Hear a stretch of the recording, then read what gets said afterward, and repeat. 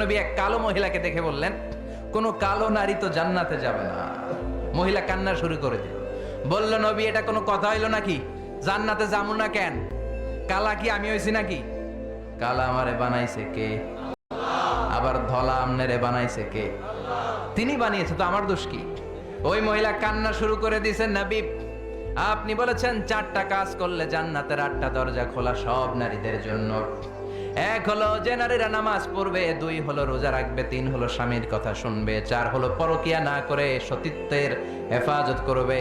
4টা কাজ করলে জান্নাতের 8টা দরজা খুলে দিবে কে?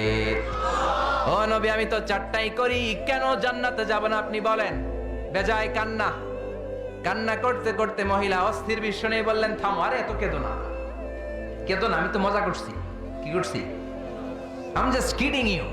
আমি মজা করেছি, আমি ফান করেছি, আমি তো রসিকতা করে বলেছি তুমি যখন জান্নাতে যাবা তখন এরকম কুচকুচে কালো থাকবা না, তোমাকে পূর্ণিমার চাঁদের মতো সুন্দরী বানায় দিবে কে?